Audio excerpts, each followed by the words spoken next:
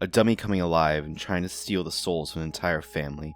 A mad scientist accidentally turns a whole community of people into half-fish monsters. Or a camera that shows a traumatic image of the protagonist's demise. These all sound like they could be hard R-rated movies, and one of those is basically the plot of Child's Play, which we can all agree is not really a good idea for kids. With that said though, these are actually all plots to Goosebumps books, which, to remind you, are rated for 8 to 12 year olds.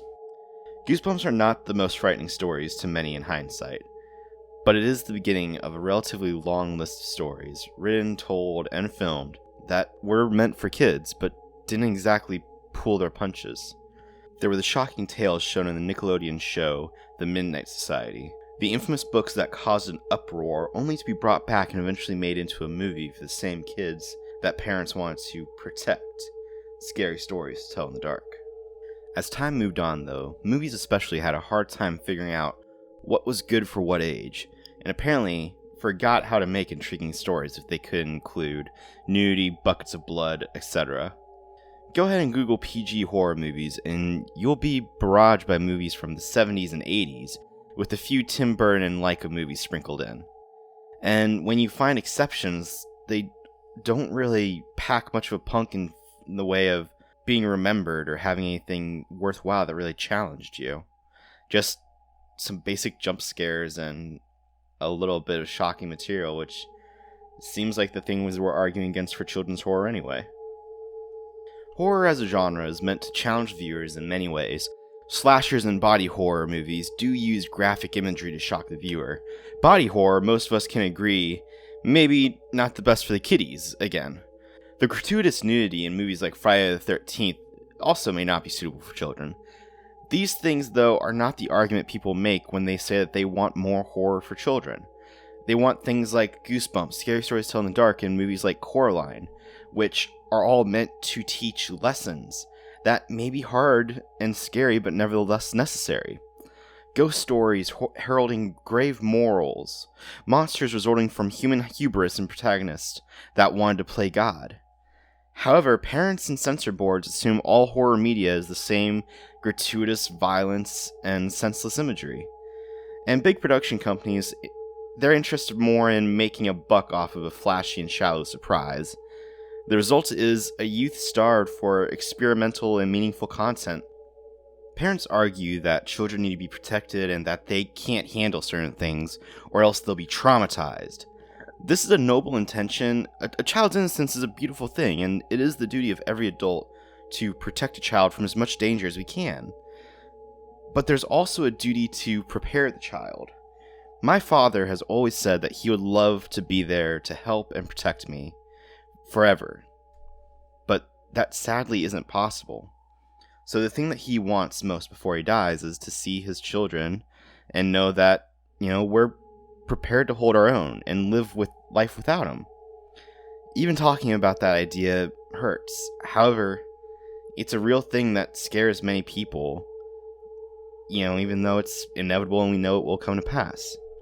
This is what horror is meant to do. It tackles the things that other genres are too timid to and can't give you that same punch. Sometimes comedy is even injected and makes light of the things that scare us. Scary Stories to Tell in the Dark even has a folk song about one day dying and joining the decomposition process. It's hard to think of our own mortality or the mortality of our loved ones, which is exactly why content makes the scary a bit more fun. Like any leapfrog game, we trick the kids into learning. And even if it's not death necessarily, everyone will get scared eventually. Life will get stressful, and if the only content the children absorb is easy puppy dogs and rainbows, then how will they cope the first time they see the news and learn about the different crises of the world? And I'm not saying that horror movies would make every child into a super brave, unrelenting force of nature. In fact, some kids may gain absolutely nothing from watching movies like Paranorman, Kubo, or reading Scary Stories to Tell in the Dark. No child is the same, but if Disney movies can teach kids kindness and how to be adventurous, why would these stories not have a similar lesson in dealing with terror? The last point I want to leave with is to argue against how some concerned adults will take the stance of how children already have so many things to be scared of. Stranger danger, disasters, accidents. Why add monsters and ghouls into the mix? Why corrupt the children further? In retaliation, I find myself returning to a quote from Gilbert K. Chesterton. He said, "Fairy tales do not tell children that dragons exist.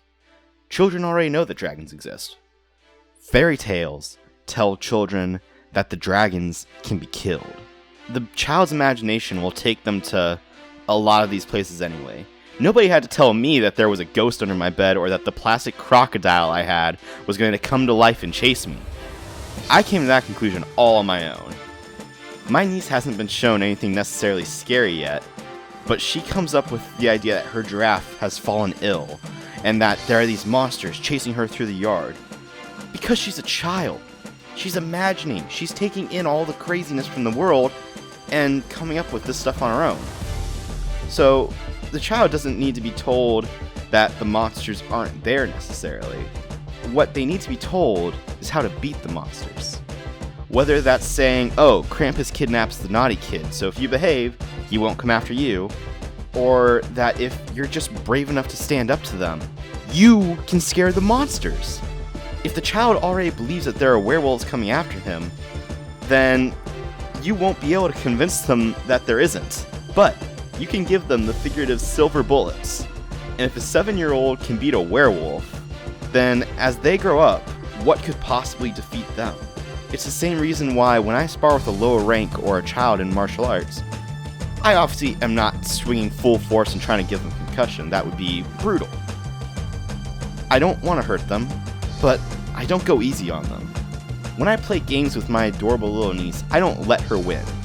My father is constantly getting on me for this. He says, oh, let her beat you in a race every once in a while. They need to overcome these challenges, I think. And the day that my niece can actually beat Uncle Sean in arm wrestling, the day that the orange belt can beat the black belt for real in full sparring, imagine how that will make them feel. These are the reasons that we need to scare the kids.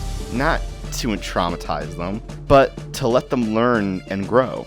One more thing I want to leave with before we head out here is a few recommendations if you want to do a deeper dive into this kind of subject matter. There's a great documentary on Amazon Prime Video called Scary Stories. It focuses around the Scary Stories to Tell in the Dark books and the controversial banning of them and how they came back, and a lot of adults that grew up with them explain why they're so happy that they were there. There's also a relatively good YouTube video essay from Ryan Hollinger on YouTube about Coraline and what Leica does that is really great for children's horror. And the last one is less about horror specifically, but the YouTube channel Animation, that's A-N-Y-Mation. He does videos about animation, obviously, in a kind of similar vein, specifically his Hayao Miyazaki and Ralph Bakshi videos. They go into how these people push the envelope, and they're not necessarily making children's animation, but they're making animation to tackle some of the heavy subjects that they've gone through in life and how it can help adults and the kids that watch it. Anyway, thank you for coming to my little spook talk here, and until next time, stay weird.